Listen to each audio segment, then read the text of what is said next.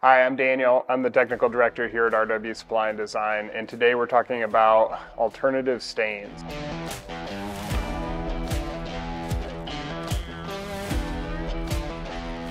I just got a chance to talk to Micah with Loba about their alternative stain. If you haven't seen it, I would encourage you to go back and check out that interview. It's got a lot of information in it that's helpful and describes their product. This is an alcohol-based stain.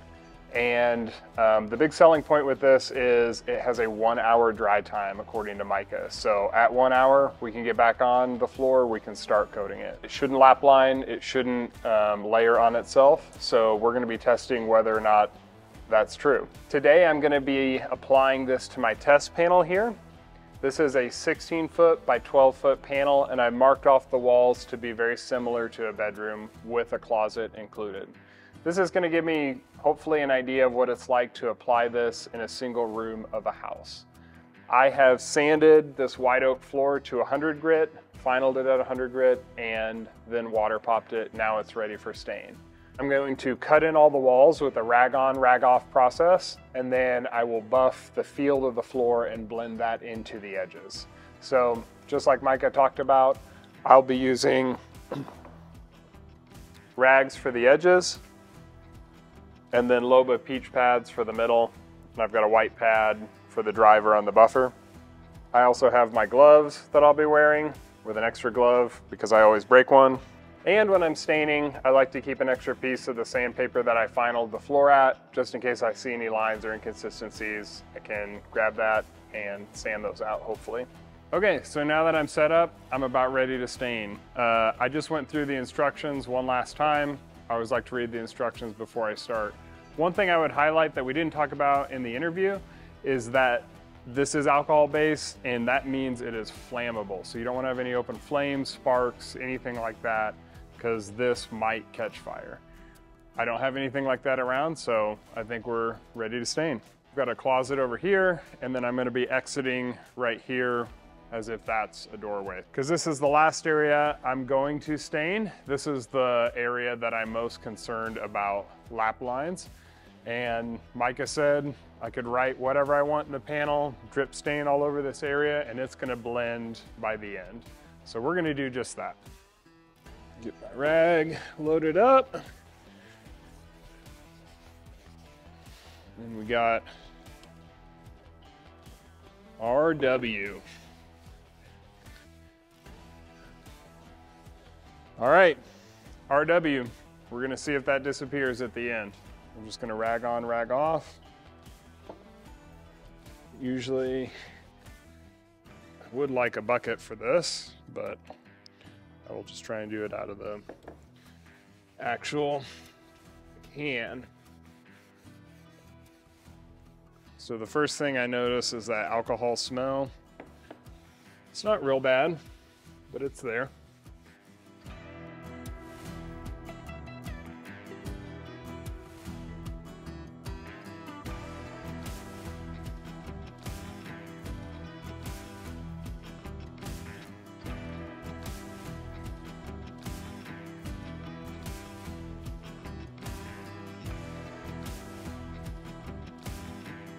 Just finishing up, cutting in around the room. So all that's cut in, pretty standard wipe on, wipe off. I didn't notice anything out of the ordinary. It's pretty easy to wipe on, wipe off.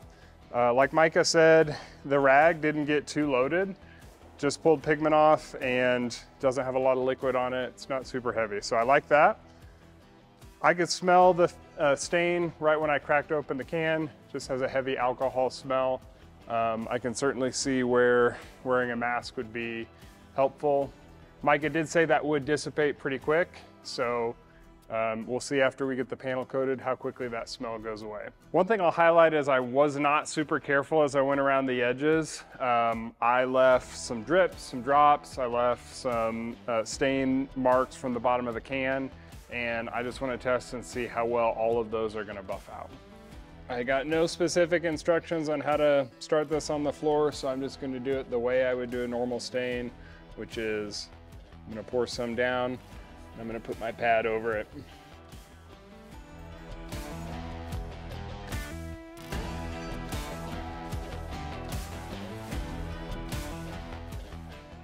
Looks like the pad's starting to get a little dry.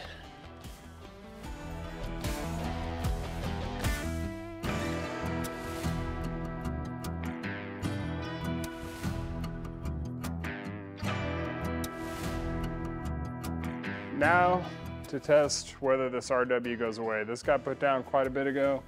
It is dry, dry. So we're gonna see how well that buffs out.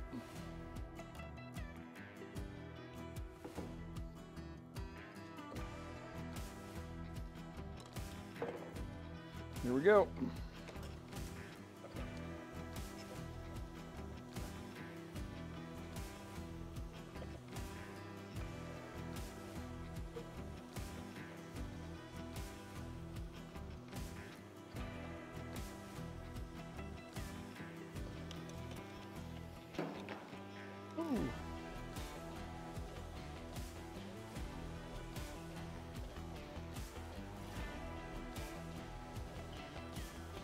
I like that.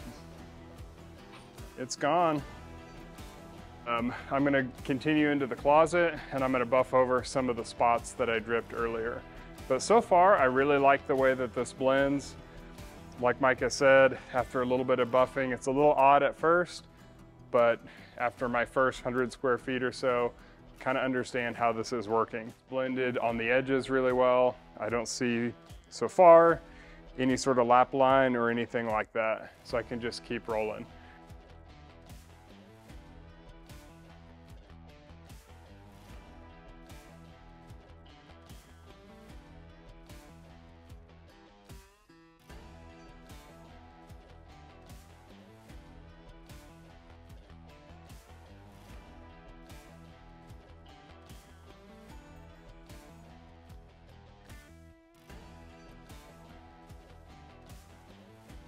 Yeah, I buffed on some of those drips and drops and marks from the can that I left earlier, and they buffed right out. I think I put it on a little bit heavy in the closet, but as you can see, I just keep buffing it. As it dries, that dry pigment comes right off eventually. So it took about 3 times through the closet, and now it's evenly blended with the rest of the floor.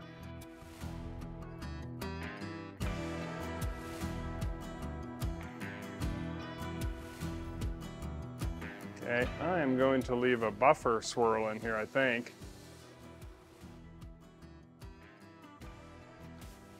One thing that I do want to test is what happens if we do leave, well,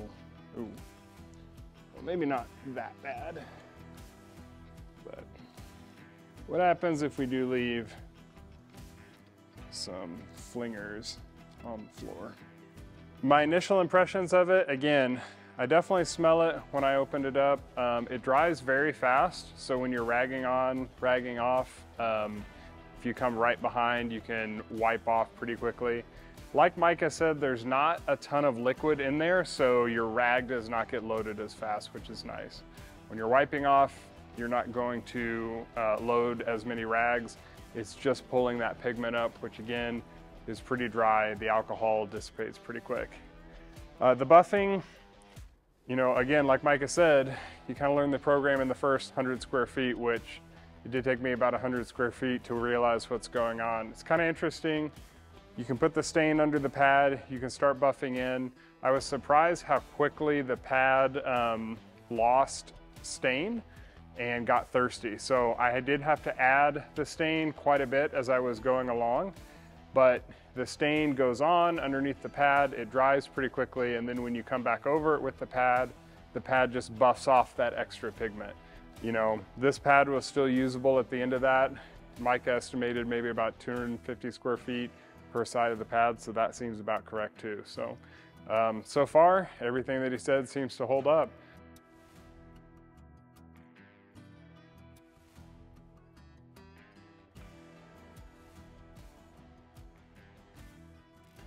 It's been an hour and we're back on the panel.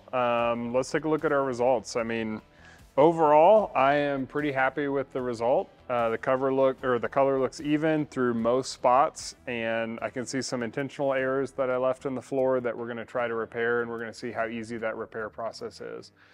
The only thing that was unintentional, I see some spots where I didn't put down enough stain, and it definitely looks like there are mist spots and blotchy spots, looks a little bit thirsty in areas. So that's gonna give us another chance to test how easy it is to repair this product. So Micah said in the interview that we could just go right back over those spots, kind of almost do like a double staining. So I'm gonna try that with the rag as well, and we're gonna see how well that blends together. The first spot I'm gonna repair is just this heavy intentional drip that I left on the floor that's dried up. So it's pretty baked on right now. And according to Micah, all I'm gonna do, take the stain, put a little bit on the rag, get it wet, let it dissipate out a little bit. So I don't want it to be too heavy on the rag, I'm guessing. So let that off gas just a little bit. I'm gonna take it and just gently wipe that out. So he did emphasize don't aggressively scrub it or else you might get a little bit of a light spot. So we're just gonna gently wipe that and see if we can blend it.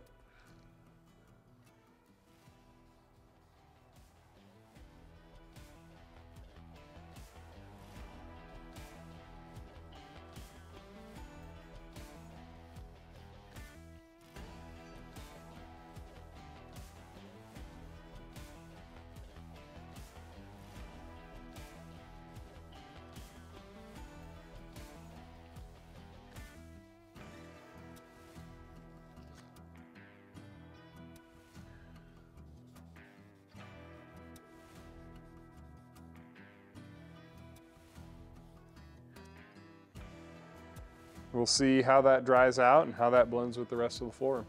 The next thing that we're gonna do is just try to get these intentional buffer marks out.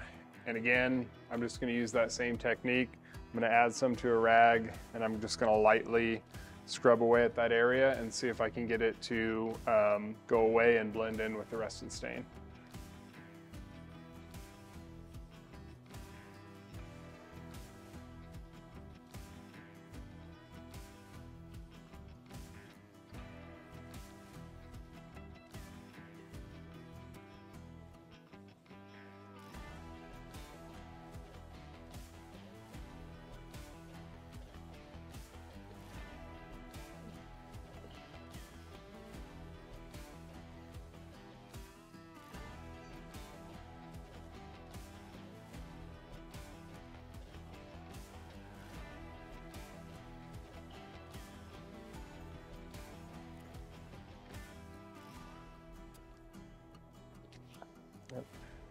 Looks like those came out pretty easily.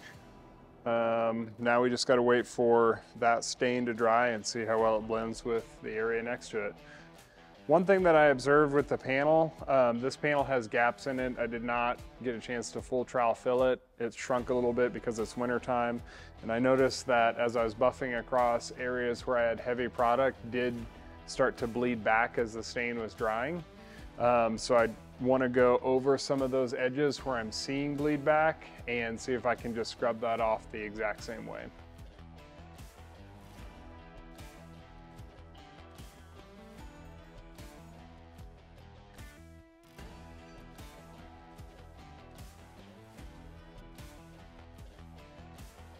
I really like the way that I was able to correct those errors, those intentional errors that I left. The spots, the buffer mark, the buffer fling marks, even the bleed back, all scrubbed out very easily. Just add a little bit of product, did reactivate, and those went away pretty easily. So I'm happy with those repairs.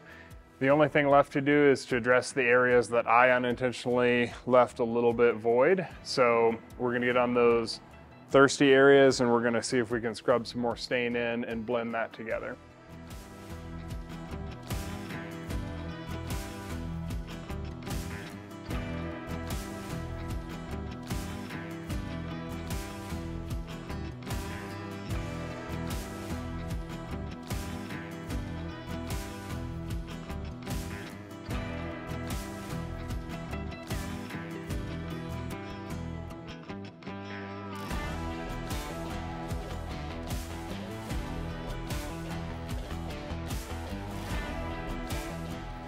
Okay, we just finished up. I just put a quick coat of Easy Prime, which is Loba's sealer, over the top just to see what it would look like coated. Did the claims that Micah had. The two claims he had: 1, fast dry time, an hour, and 2, no lap lines, blendability. And I would say, yeah, for the most part, those look like they hold true. We got back on it in an hour. We put a coat down. I didn't see any dragging, color pull, things like that. Felt dry to the touch. And no lap lining. I mean, we blended the RW that we wrote into the floor. We blended drop marks, you know, the line from the bottom of the can, a lot of areas that I purposefully left sloppy that came back and just blended together really well. One of the ways I'd say it is similar to an oil-based solvent stain is the smell is pretty strong. Whenever I opened it up and started putting it on the floor, I could definitely smell it. Although one of the ways it's different, that smell does dissipate pretty quick. It dissipated in the room a lot quicker than my experience with oil stains, and it also dissipated in my nose. I'm used to smelling oil-based stains in my nose the next day. You know, it's only been a couple hours, and that's already something I don't really smell that much in my nose anymore. The buffing was a little different than anything I've experienced. I would put this underneath and it would start to buff on nice and wet and it would blend, but that dried up pretty quick within, you know, a fairly small area. So I had to keep adding stain a lot more, just both in quantity and also number of times. And the pad did not go as far before I'd have to keep adding more stains. So that was a little bit new. I would say it's interesting because as I'm buffing, it's drying underneath the pad, and then as the pad comes back over it, it does just remove that extra pigment. I do understand what Micah is describing with that. It just took a little bit of getting used to, as evidenced by the fact that I did leave dry spots on the floor because I was not continuing to put enough stain underneath that pad. The flip side of that is I didn't have to keep flipping over to a new pad or putting a towel under the buffer to get off any excess. The same pad that I was applying with also took off the extra pigment, which I didn't really understand until I started buffing it into the floor. The nice thing about that is I don't have to keep changing sides of a pad, and I don't have to keep changing pads for, you know, that 200 feet that we did here. I just use the same pad, same side, and that did save time. And then the other similar thing to highlight, when I was cutting in the edges with a rag, my wipe off rag did not get loaded nearly as fast as a rag would have on an oil solvent floor, because on an oil solvent floor, you're wiping up that liquid. With this, it dries really quick and you're just wiping up